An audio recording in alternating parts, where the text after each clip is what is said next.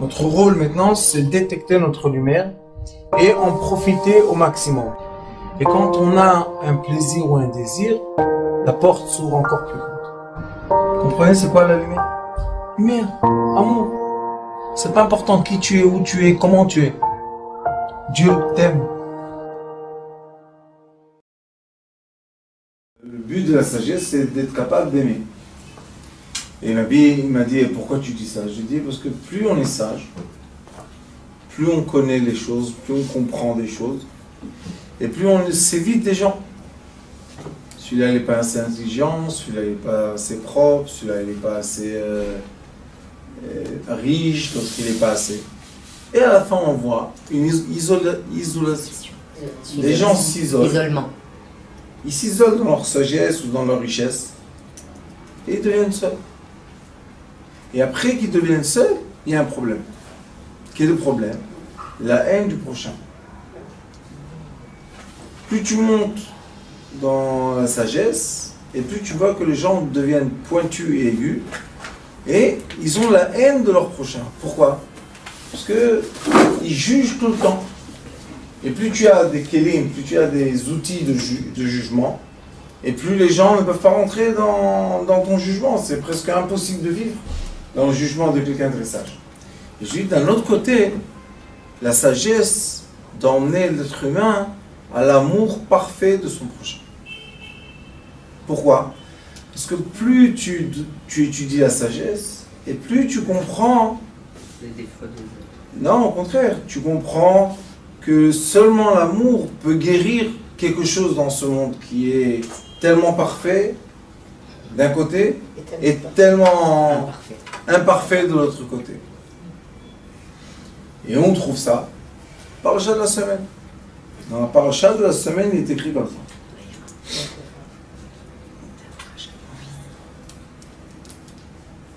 Avraham kaved מאוד במקנה בכסף ובזהב. Avraham était très riche. וילך למסעיו מנגב ועד בית-אל.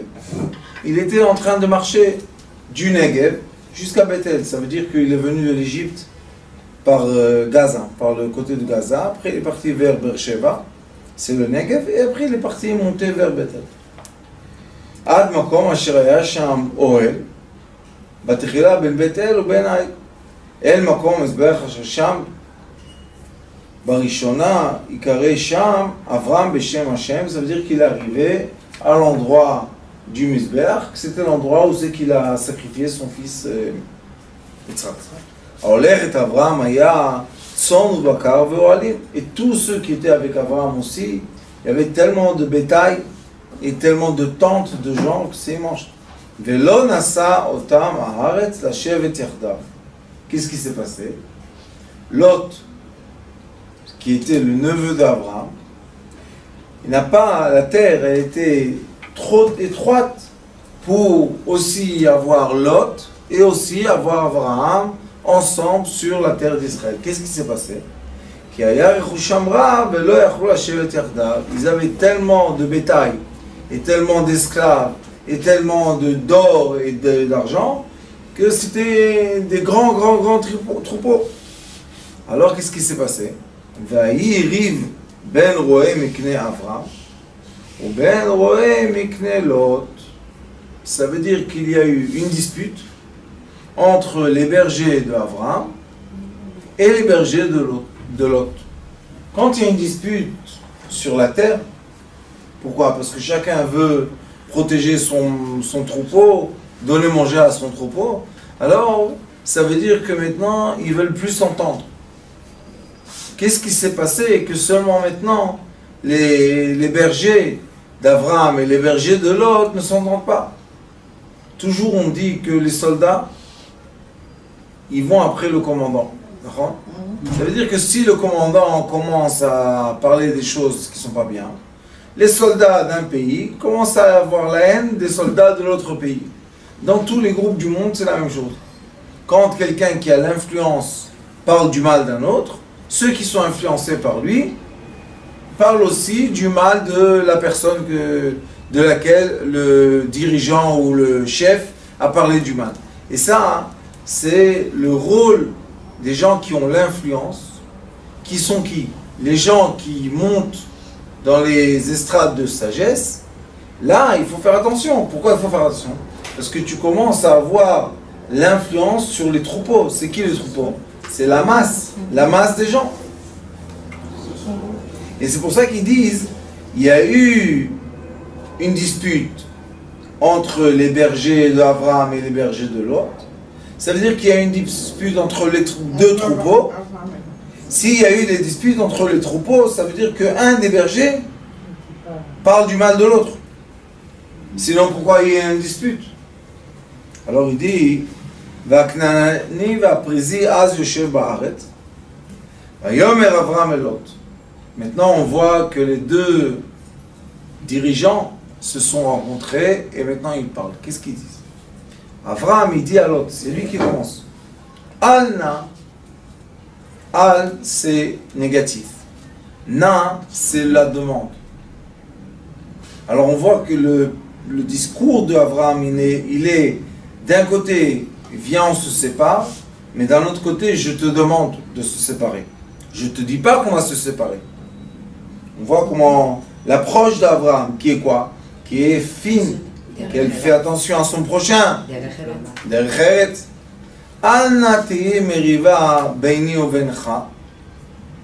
Regarde, qu'il n'est pas une dispute entre moi et toi, et entre ou ben ro'ai ou ben ro'echa, entre tes bergers et mes bergers, qui anashim achim anachnu. N'oublie pas que nous sommes des frères. Anachnu achim. Ton père était mon frère. Donc j'ai vis-à-vis de toi des sentiments de frère. Alors pourquoi tu veux faire une dispute entre moi et toi? Qui vient vers qui? Pourquoi Lot ne vient pas vers Abraham? C'est lui le jeune qui doit lui dire Abraham, Alna. C'est lui le jeune, c'est lui qui doit demander pardon. Non, c'est Abraham le grand.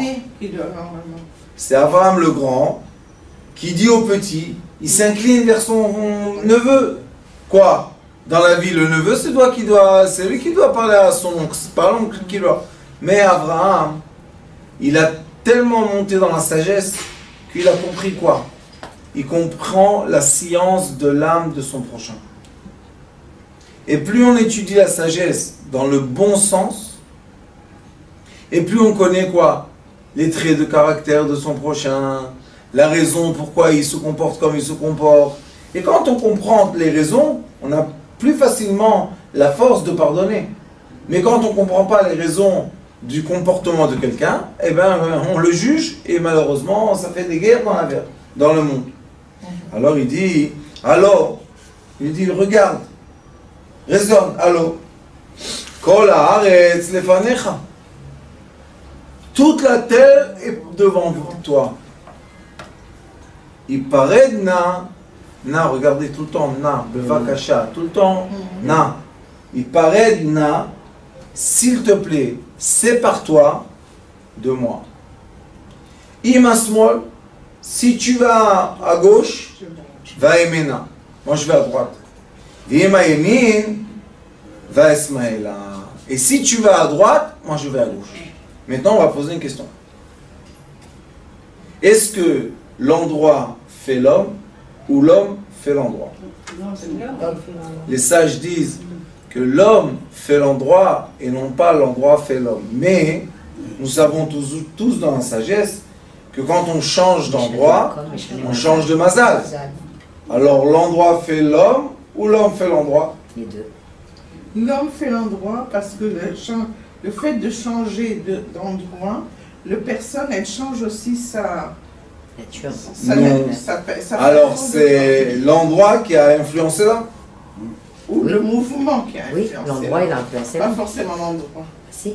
C'est ce que tu viens de dire? Non, j'ai dit que c'est l'homme qui change. C'est l'endroit qui change. Méchané Makom, Méchané Mazal. Non. Tu viens de dire qu'il vient dans un endroit et l'endroit influence l'homme. Non, j'ai dit le contraire. Explique-nous. J'ai dit que l'homme, c'est lui qui change l'endroit. Comment? C'est lui qui influence l'endroit. Comment il va changer les étoiles? Mais on est en Non, c'est pas une au-dessus question des étoiles. d'endroit. C'est pas une question d'étoile. C'est une question qu'il a changé. Et en changeant, il a bougé son mazal et qu'il a... Alors quoi, il a Il est bougé les avisé. étoiles? Il a pris avec lui le mazal.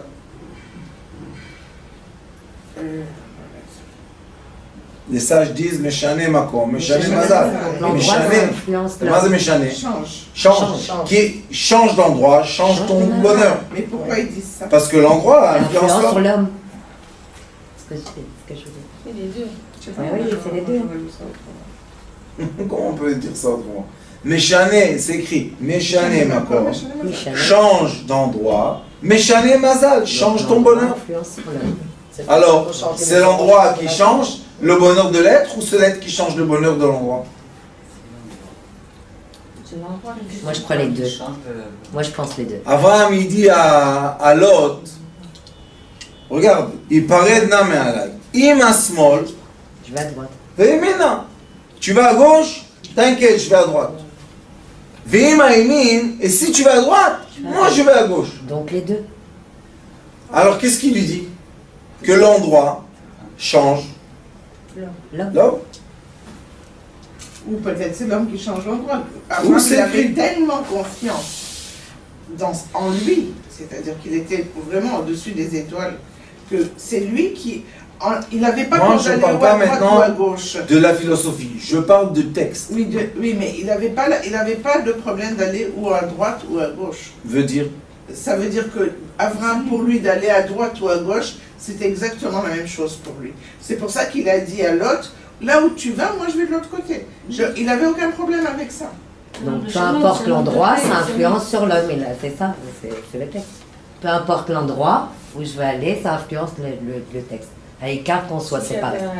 la vraie réponse est que en dessous des étoiles, l'endroit est influencé des étoiles. C'est écrit dans Sefer Yetzira qu'il y a les mazalot.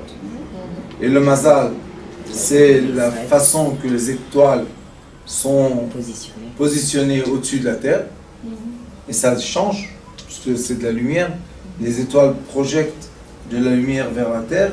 Et l'être qui est en bas reçoit cette lumière d'une certaine combinaison qui influence sa nature.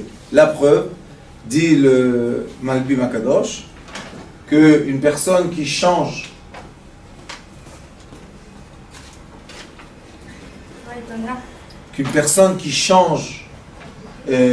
d'acclim, pas tous les acclims sur Terre sont les mêmes, et l'air sur Terre dans chaque pays est différent, et c'est pour ça que les gens, leur visage, leur physique, changent d'après la clim dans laquelle ils sont.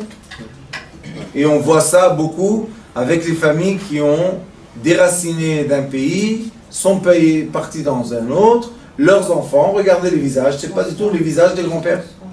N'empêche que le grand-père qui était dans le même endroit, dans la même région, des générations, ils se ressemblaient tous.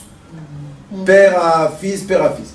On a pris, par exemple, des gens du Maroc, on les a déracinés du nord de l'Afrique, qui a un mezegavir, il y a Un climat. le climat différent, le nord de l'Afrique, et on les emmène au milieu de l'Europe, en France, à Paris. C'est sûr que le climat de Paris a changé le visage des gens et change aussi la compréhension des gens. La mentalité. C'est sûr que si dans un pays on parle arabe et on a dans le vocabulaire 50 mots, on va en France, on parle français, on a dans le vocabulaire 200 mots, et bien on n'est pas le même. Alors l'endroit change l'homme ou pas? Oui, bien sûr. Il y a une façon de regarder l'homme, le comportement de l'homme, que l'homme est soumis à l'énergie de l'endroit dans lequel il vit, ou il est soumis dans l'endroit dans lequel il travaille, ou il est soumis dans l'immeuble dans lequel il vit. C'est pour ça que le makom, l'endroit, est très important dans l'influence de l'être humain. Ça, c'est une façon. Il y a une autre façon qui s'appelle Avram. Avram n'est pas encore là. Il n'a pas le Hei. Abraham. Il est Abraham. Les étoiles. Il n'est pas encore au-dessus des étoiles. Il n'est pas encore Abraham, Ikare Shimcha. Maintenant, bientôt, on va lui dire dans les psukim, on va lui dire Ikare Shimcha. Pourquoi? Parce que Akadosh Baruch Hu voit qu'il a fait le bon choix de dire voilà, il y a une dispute. Pour régler la dispute, qu'est-ce que je fais? On va se séparer.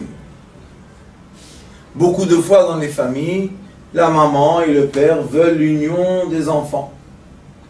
Mais l'union des enfants fait qu'il n'y a pas assez de place. Ça, c'est l'éducation des parents qui a emmené que les enfants, chacun cherche à envahir la place qu'il y a.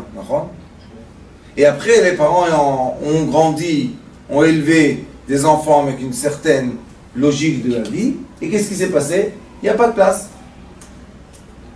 Chaque fois que ça se rencontre, tac, ça fait des courts-circuits. Qu'est-ce qu'il dit Abraham? Achim anachnu. Il est écrit. Ki anashim achim anachnu. Nous sommes frères. Mais nous sommes frères. Chacun grandit, Bliaïn arabe, Dieu bénisse. Il est devenu très riche. On n'a plus ni de place. Pourquoi? Pour vivre ensemble. C'est étroit. Il y a d'autres familles qui ont été élevées d'une façon que l'amitié des frères, c'est au-delà de tout. Et la place n'est pas importante. Le makom n'est pas important. L'important, c'est l'amitié et l'union des frères et sœurs. Mais ça, on a besoin d'éducation. Si on n'est pas éduqué comme ça, on ne peut pas comprendre ça. Alors qu'est-ce qui se passe? Abraham Avinu, comme il a été éduqué chez Terach, et Terach était Oved Avodah Zara. Et dans l'Avodah Zara, la force est la séparation. Et dans la Torah Akdosha, la force est l'union. Alors nous avons l'influence de l'Avodah Zara sur la structure familiale et la structure sociale. Et on voit dans le nord de l'Occident, dans le monde de l'Occident, excusez-moi, on voit que les gens s'enferment chacun dans sa petite pièce et les gens sont isolés complètement les uns des autres, mais ils sont unis par l'ordinateur. Mais l'ordinateur, c'est pas une vraie société. On ne peut pas s'enlacer avec un ordinateur. On ne peut pas embrasser un ordinateur, sauf si on est fou. On ne peut pas sentir l'odeur d'une personne qui est devant nous. C'est virtuel. C'est quoi? C'est seulement une partie des sens. Et comme c'est seulement une partie des sens qui envahit toute l'envie de l'être humain et tous ses désirs, ça veut dire que maintenant l'être humain a été séparé de la vie, de la vitalité complète. Parce que la vitalité complète est quoi? Elle est 5 sens. Mais si on ne peut pas s'approcher des 5 sens les uns des autres, alors on est divisé. Qu'est-ce qui a emmené ça? Malheureusement, la structure de vie qui dit fais attention à toi, gagne pour toi, fais tout pour toi, protège-toi, et l'assurance vie, et ton travail, ne perds pas ton poste de travail, n'importe quoi, mais vraiment n'importe quoi. Alors les gens, qu'est-ce qu'ils font? Ils impliquent toute leur force dans le travail, ils oublient qu'à 60 ans et quelques, c'est fini, et les enfants, les frères et sœurs, les parents sont en seconde importance. Ça, c'est la séparation. Pourquoi? Je pense à moi-même égoïste. Et je ne pense pas ni à mes enfants, ni à mes frères et sœurs, ni à mes parents. À la famille, à la cellule familiale. Après, on grandit, le temps passe, le temps passe, le temps passe. C'est l'éducation qu'on a donnée. Et les enfants deviennent des êtres humains adultes. Tout de suite, ils se séparent. Tout de suite. Ils font pareil. C'est l'éducation qu'ils ont eue. Et après, les parents sont tristes. Pourquoi? Pourquoi les enfants ne peuvent pas être ensemble à table?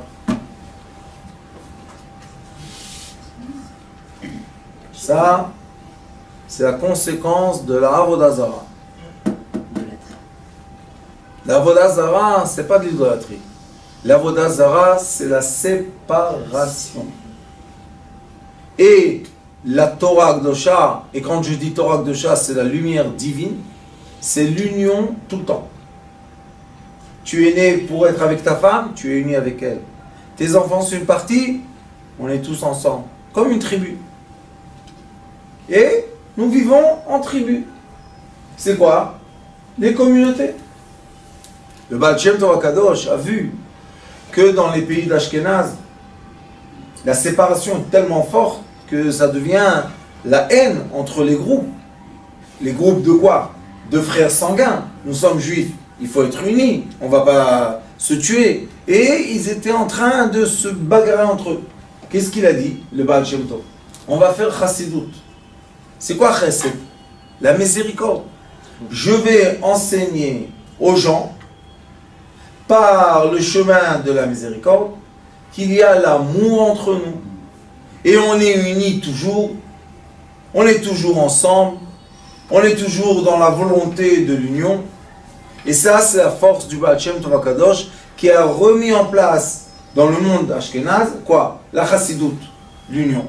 Et vous voyez d'une façon, j'aurais dit miraculeuse, que par exemple, Rabbi Nachman de Breslev, Rosh Hashanah, 50 000 personnes. C'est le rave le plus grand, je crois, le puissant du monde. Il a été rejeté. Et quand il était jeune, c'était le moment de la séparation, il était tout seul, le pauvre. Il est parti à 36 ans. Mais après, sa Torah a été diffusée tellement bien, et qui sont la plupart des gens qui viennent chez Rabbi Nachman? Les Sfaradim. Pourquoi? Parce que les Sfaradim, chez eux, l'union familiale et l'union tribu, c'est normal. C'est quelque chose qui n'a pas été perdu pendant beaucoup de générations. Peu de générations. Mais comme les Sfaradim même ont été déracinés des pays de tribus et d'amour et de famille vers le pays d'Europe, que dans les pays d'Europe, malheureusement, c'est froid et séparé. Qu'est-ce qu'ils cherchent? La chaleur de l'union. Alors ils viennent chez les rabbins, que les rabbins leur disent, venez qu'on soit frères. Alors se passe quelque chose de très bizarre.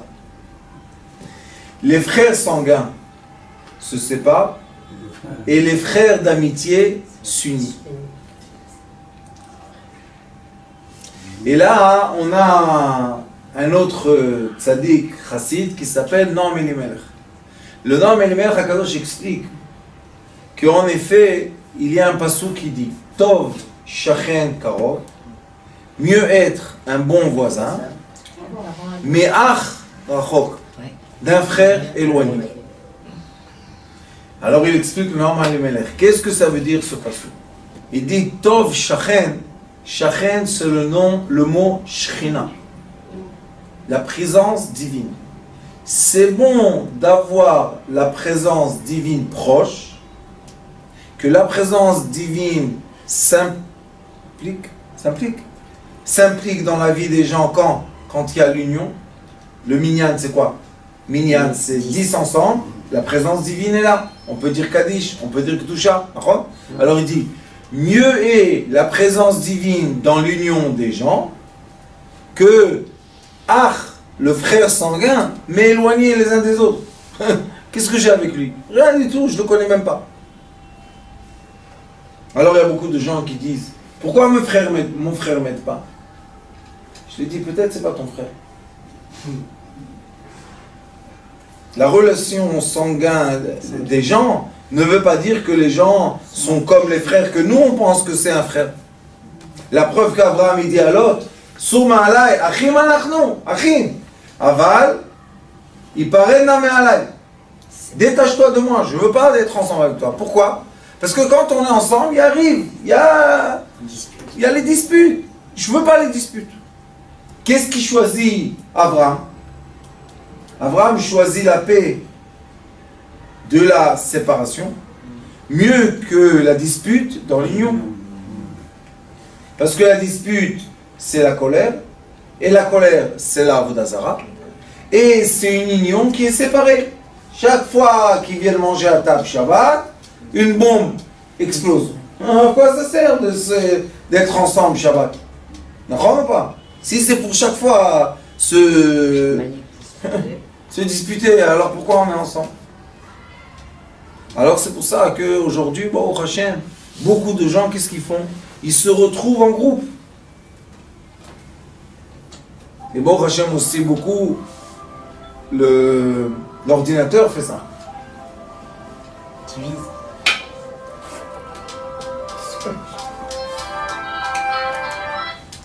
Et après, on va voir dans la paracha la fin du comportement de Lot et la fin du comportement d'Abraham. Qu'est-ce qui s'est passé? Les bergers d'Abraham, ce sont comme les soldats. Les bergers de Lot sont les soldats de Lot.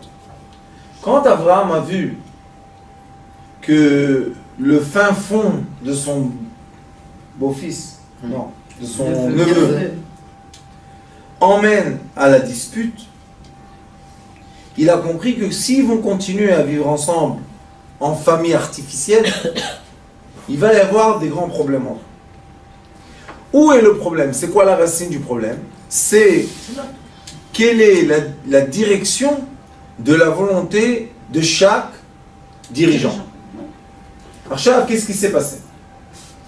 Lot est parti vers Sdom. Quand Lot choisit Sdom, dans le même passage qu'il est écrit, Vaïssa Lot et Tena Vayar et Kol Kikak Arayarden, il a vu tout ce qui est à côté du jardin, et tout était arrosé et vert et tout. Kikula Mashke, tout est plein d'eau. Ifnei Shachet Hashem, avant que Dieu a détruit Sdom et Amora. Kegan Hashem Beretz Mitzrayim Boachat Zohar. C'était avant que ça devienne du sable, tout ce qu'on connaît, la mer morte et tout, avant que ça devienne ça, c'était tout magnifique. Du sel. Mais avant. Oui, du sel. Avant le sel. Avant le sable et le sel, tout était magnifique. Qu'est-ce qu'il est écrit? L'ifnei shachet Hashem et Sdom ve'Amora. Ça veut dire qu'Akadosh Baruch Hu va retourner cette terre qui est pas bien. Les gens sont mauvais. Est-ce que c'est possible que Lot, par sa venue, est transformé en mal? Alors, maintenant c'est la question. Est-ce que Lot, étant avec Abraham, déjà a eu des mauvaises idées qui ont emmené ses bergers à faire Riv ben Roé Mikne Lot, les ben Roé Mikne Abraham? C'est eux qui ont commencé la dispute. Ça veut dire que Lot déjà avait des mauvaises influences sur les bergers. Abraham a détecté la méchanceté qui sort de Lot et il a dit: merci beaucoup, tout va bien. Nous sommes des frères, mais loin. Parce que si on est proche, les étincelles électromagnétiques, on n'en a pas besoin. Et on voit que Lot rentre dans Sdom. Les lois de Sdom étaient des lois, je ne sais même pas comment définir ça, mais des lois contre l'amour de l'être humain. Puisque quand venaient des invités, les jeter. Mais quel jeté? Si le lit était long, plus grand que l'invité, il est tiré avec des ficelles. Si le lit était plus petit que l'invité, il coupait les pieds. C'était interdit de faire entrer le orim. Chaque horaire qui passait, il lui prenait tout l'argent. C'était vraiment de la haine de l'être humain. Mais comment ils sont arrivés à ça? Par excès. Par la sagesse. Ouais, par excès. Ils ont raisonné. Et leur résonance est arrivée. Le raisonnement est arrivé à quoi? À haïr le prochain. Haïr le horaire, l'invité. Et chez nous, on sait que nous sommes les fils de qui? D'Abraham. Abraham s'appelle Avi. Abraham, mon amoureux. Oavi, mon amoureux. Abraham, comment toi, le premier, tu as compris, et encore une fois ici, deux frères, comme les deux frères qu'on a tout le temps qui suivent la Torah, qui ne peuvent pas être ensemble. Le premier homme est le serpent, qui était l'homme mauvais. Après on a Caïn et Abel. Et on a Abraham et Lot. Ils ne peuvent pas être ensemble. Mais Abraham est le premier qui dit, Lot, viens, on se sépare. Si on reste ensemble, ça ne va pas marcher. On se sépare. La fin de Lot est qu'il y a Sdom. Lot était un des juges de Sdom. Ça veut dire que Lot a marché dans l'histoire. Si tu détestes la haine de l'homme, eh ben, change de pays. Mais non, il était trop content d'être là-bas. Lot, quand viennent les anges l'avertir que Akadosh Baruch Hu va détruire, et grâce à la prière d'Abraham Avinu sur son frère Lot, il a été sauvé. Qu'est-ce qu'il dit, vous savez? Il dit aux gens qui sont dehors de sa maison, il leur dit, écoutez, prenez mes filles, violez-les, ces filles, et laissez-moi garder les anges. Est-ce qu'un homme dit qu'il préfère les étrangers à ses filles à lui? Non seulement ça, est-ce qu'un homme peut donner ses filles, il sait à quoi? À des gens très très très intellectuels, mais très très très riches, hein? Mais très très dangereux. Vous savez c'est qui de notre génération? Adolf Hitler. Il était dans la même génération de Einstein. Il était dans la même génération de Dr Sakharov. Ils étaient une génération de génies qui ont percé l'atmosphère d'une certaine génération et hop, nous ont fait partir dans une autre atmosphère totale. Qui est quoi? Le savoir, la physique, la science, toutes ces choses-là. Un a pris ça à la haine de l'être humain et la destruction de la société, et un autre a pris ça dans l'amour de l'être humain et dans la construction de la société. On voit, c'est de la même génération. Qu'est-ce qui s'est passé? Abraham et Lot, c'était exactement la même chose. Lot, à la fin, ces deux filles qu'il a voulu donner à être Chas v'Shalom dans les mains de ces voyous-là, c'est les filles qui ont sauvé Lot, c'est les filles qui ont fait ce qu'ils ont fait avec leur père, et qui ont emmené au monde deux peuples, Moab et Ammon. Moab, c'est qui? Ruth à Moabia. On voit que de Lot sort Ruth. De Abraham et Ruth sort David Amelech. Alors maintenant, on va se poser la question, parce que David Amelech est descendant de la tribu de Yehuda. Yehuda, c'est descendant de Abraham Avinu. Alors, qu'est-ce qui se passe ici? On voit qu'il y a encore une fois la rencontre entre Lot et Abraham. Comment? Ruth, qui vient de Moab, et Boaz. Boaz qui vient de Ishaï. Boaz a fait naître, c'est le grand-père, je crois, arrière-grand-père de David Amelech, je crois, je ne suis pas sûr. Et il s'unit, et Boaz, il avait 400 ans, quand il a rencontré Ruth, et elle était jeune, et il lui a donné un enfant. Il lui a dit, Boaz, cette nuit-là, Ruth était à ses jambes, et elle était avec lui. Il lui a dit, cette nuit-là, non, je ne serai pas avec toi. Pourquoi? Il a dit, parce que ta belle-mère a eu assez d'honte de revenir de Moab sans enfant, sans mari, toute seule, avec quoi? Avec sa belle-fille. Alors, demain matin, je vais chercher l'héritier de votre famille, je vais racheter de lui l'héritage, et quand je vais racheter l'héritage, toi tu me seras permis et je vais me marier avec toi. comme il faut, par l'ordre. Et dans cet ordre-là, oui, la même nuit, ils étaient ensemble et il y a eu le commencement de la descendance jusqu'à David Amelech Ishai, et David ben Ishai, Shlomo ben David, et on dit que Melech HaMashiach va être aussi de la descendance de David Amelech. C'est quoi la descendance de David Amelech?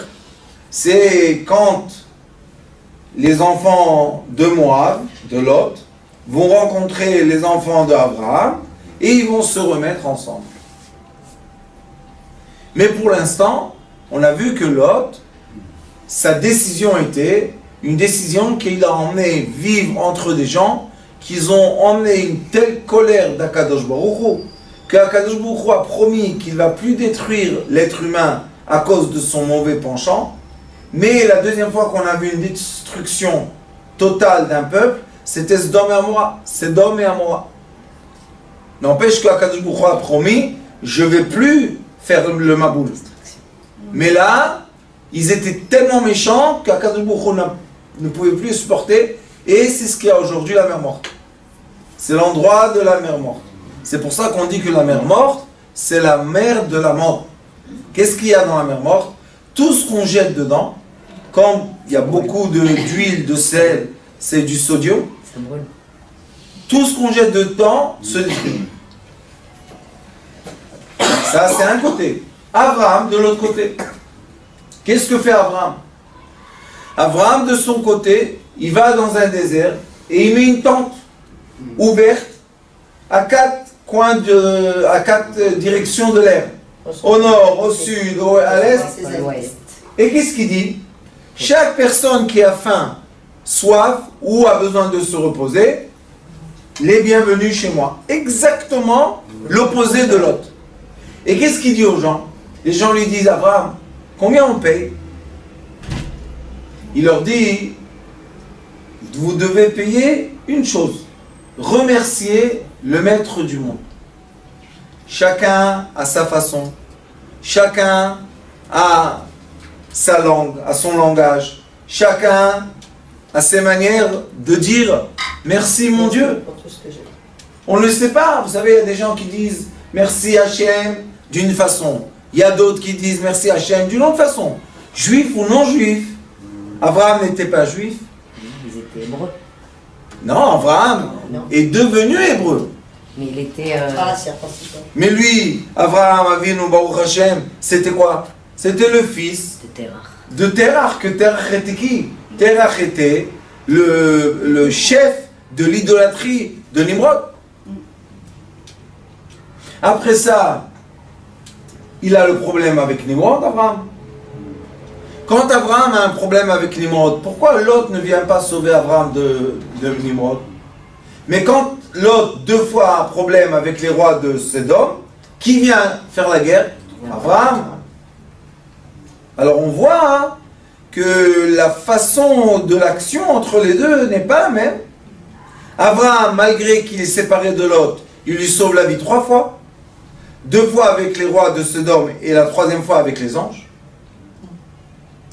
Parce que les anges sont venus voir Abraham à la circoncision au 3e jour, qu'on dit que c'est le jour qui fait le plus mal. Et lui, qu'est-ce qu'il dit? Il y a 3 qui sont venus. Un est venu dire que Sarah va avoir un enfant. Un est venu dire que Sodome va détourner. Et le 3e est venu donner la guérison à Abraham Avinu. Mais l'ange qui va détourner Sodome, il était premièrement chez Abraham. Abraham aurait pu lui dire, qu'est-ce que tu vas là-bas? C'est des gens méchants, faites attention et tout. Reste avec moi. Mais non, parce qu'Abraham sait que si les anges ne vont pas aller à Sodome, il n'y a pas assez de force pour déraciner Lot. De quoi? De sa richesse, de ses troupeaux, de tout ce qu'il a. À la fin, qu'est-ce qu'on voit? On voit que celui qui a choisi la richesse et l'isolation de l'être humain se retrouve tout seul dans des châteaux. Je veux vous dire que c'est une souffrance imaginable. Il a peur de faire entrer des gens parce qu'il a peur du Laïn Hara. Il a peur de faire entrer des gens parce qu'il a peur des voleurs. Il a peur de faire entrer des gens parce qu'il a peur qu'ils salissent. Tellement d'avoir peur et peur et peur, et tellement réservé, il se retrouve tout seul. Abraham Avinu dit à Lot, prends la richesse du monde, prends. Alors, qu'est-ce qu'il a dit? Qu'est-ce que tu veux? Tu veux la richesse des troupeaux? Prends mon fils. Donc Abraham Avinu s'est retrouvé sans richesse, on va dire. Mais la vérité est quoi? Ve'Hashem et Eshir et Abraham. Akadosh Baruch Hu a enrichi Abraham. Grâce à quoi? Grâce à quoi? Grâce au caractère d'amour que travaille Abraham sur lui. Il a été mévater. Il a aimé les êtres humains. Il a choisi par quoi? Par faire entrer les gens, par être accueillant. Chesed. C'est qui Chesed? Chassidim. C'est quoi les Chassidim? Ça doit être les gens qui accueillent, qui aiment, qui permettent. Vous savez, en Amérique, et je crois qu'aussi à Londres, je ne sais pas sûr, mais en Amérique, les Chassidim, tous, quand ils ont des immeubles ou quelque chose comme ça, ils ont le basement. Vous savez c'est quoi le basement? C'est le sous-sol. Tous, le sous-sol est pour les invités.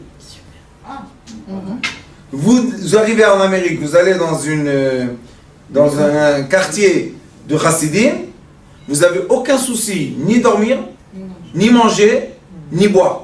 Aucun souci. C'est un garage. C'est pas un garage. C'est dans la maison, le sous-sol. Mais c'est pas un sous-sol qu'on va étouffer. Il y a tout aménagé.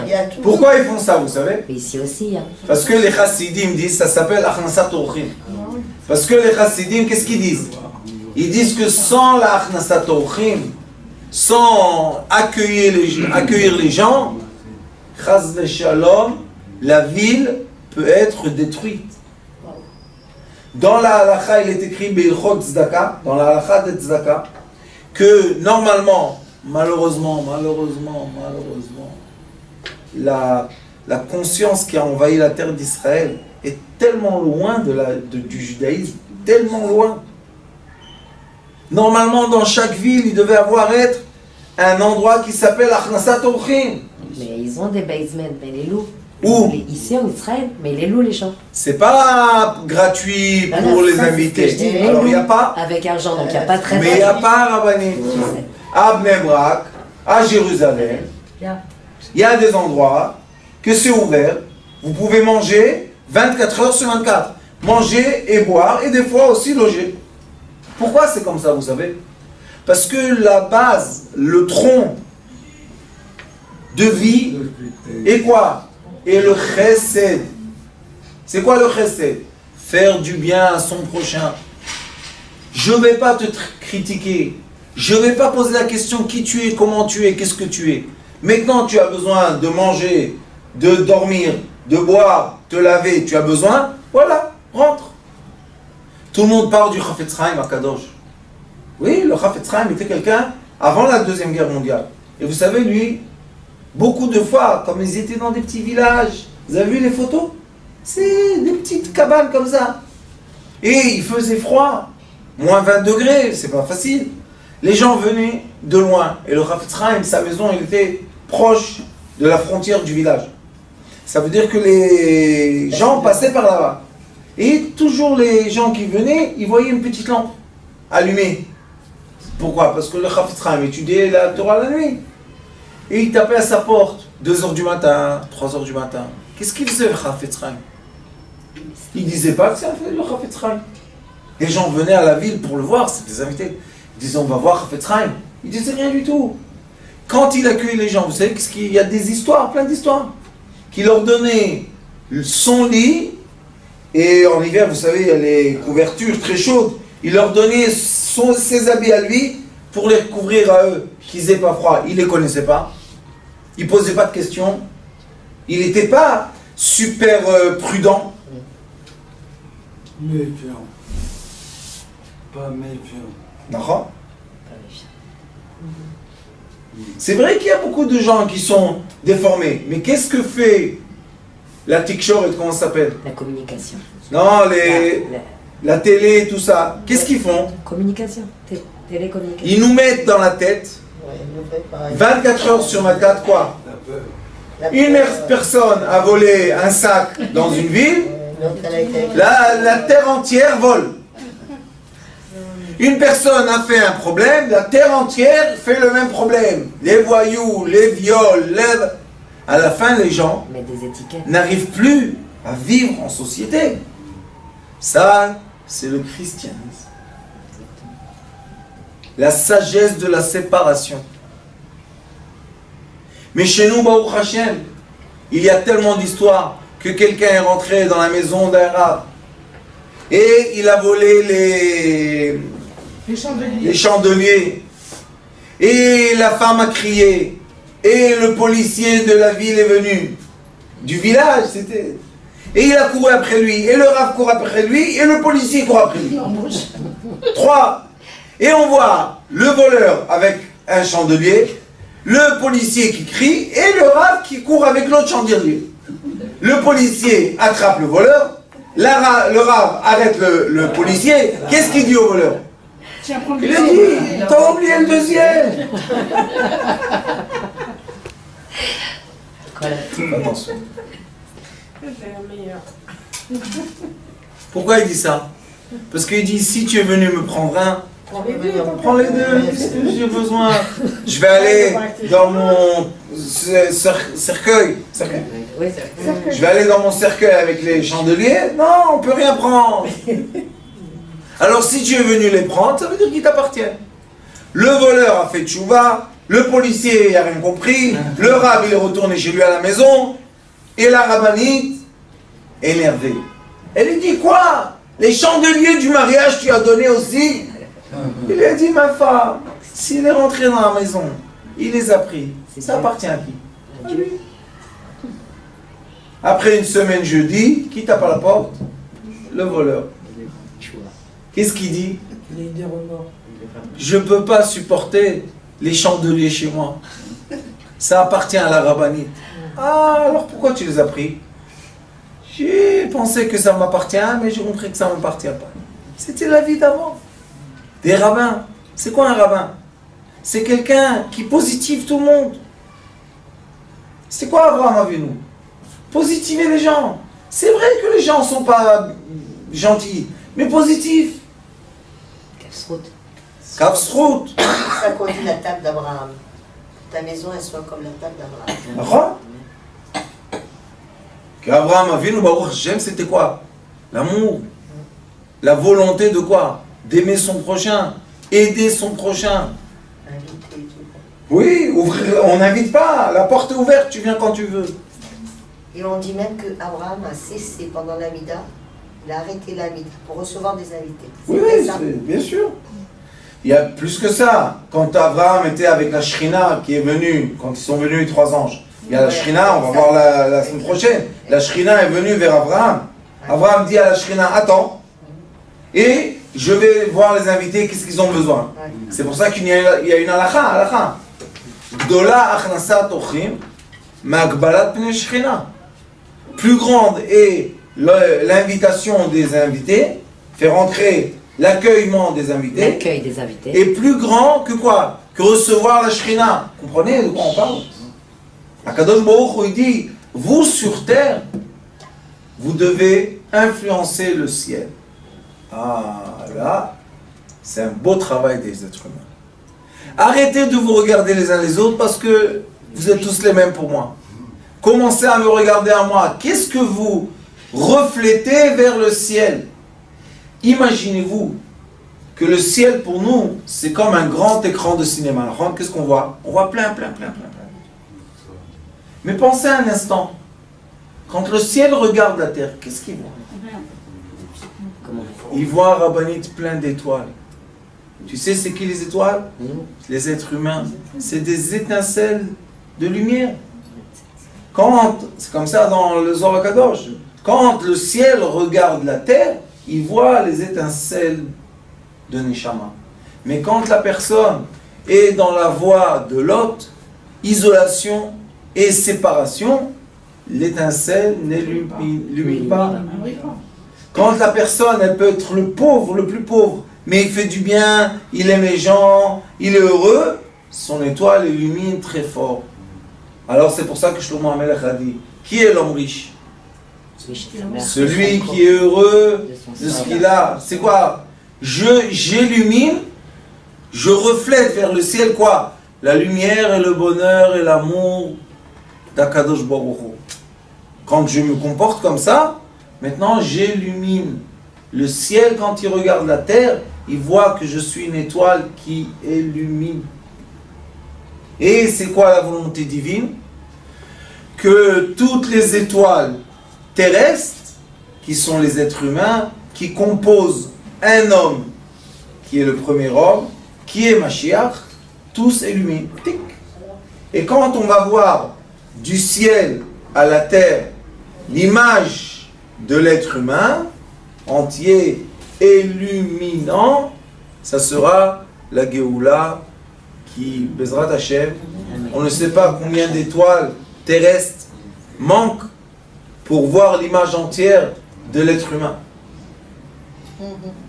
Et on espère, Bezrat Hashem, que les gens sages, les gens qui dirigent le peuple et les peuples, enseignent au peuple d'illuminer et non pas créer des peuples obscurs, divisés, peureux, malades, pauvres. Ça éteint les étoiles terrestres. Et quand les étoiles terrestres sont éteintes, les étoiles célestes commencent à s'éteindre malheureusement. Et on n'a pas d'influence et de bénédiction. Mais quand les étoiles terrestres illuminent, chacun est dans sa personnalité, chacun est dans son amour propre, chacun est dans sa joie personnelle, chacun a sa femme, ses enfants, sa famille. Alors les étoiles terrestres illuminent très fort. C'est pour ça que les enfants de Yaakov, comment ils s'appellent? Les étoiles, 12 étoiles. Quand Akadosh Baruch Hu bénit Abraham Avinu, qu'est-ce qu'il dit? Il dit tes enfants seront comme les étoiles du ciel. Et nous, qu'est-ce qu'on dit? C'est la quantité de lumière? Non. Soyez-vous comme les étoiles. Comme nous, on regarde les étoiles et ils sont illuminés. Les étoiles nous regardent, on doit voir quoi? Une personne illuminée. Ben, en fait, le reflet des étoiles. Le reflet des étoiles, C'est exactement. le reflet des étoiles. Exactement. On voit des étoiles. Comme on est à l'image d'Hachem, le reflet des étoiles. Les étoiles sont le reflet de l'image plus haut. Ça s'appelle Olam, Shana, Nefesh. Tout est le reflet de tout. Yiratzon Bezrat Hashem, Idbarach Shemo La'ad. Que chaque être intelligent, instruit, sage, sache descendre jusqu'au dernier du peuple pour l'aimer. Baruch Adonai l'Olam Amen.